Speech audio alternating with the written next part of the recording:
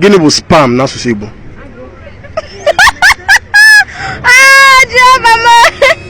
Wait. Spam.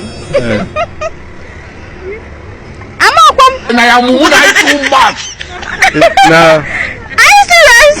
Sano ma ajụjụ lapụ ndị nọ n'ilo. Gịnị bụ spam n'asụsụ Igbo?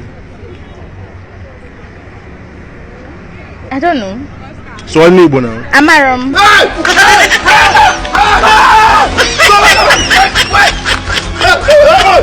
Gịnị bụ pen? Iji ede ife pen n'asụsụ Igbo. Pen. Pen. Ederede na. Ide smart Igbo.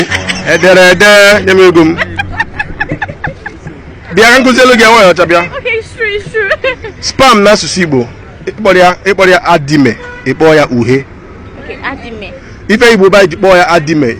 Igbo na-aba afa ka ife si arụ ọrụ. Ọnọdụ ka nkịta.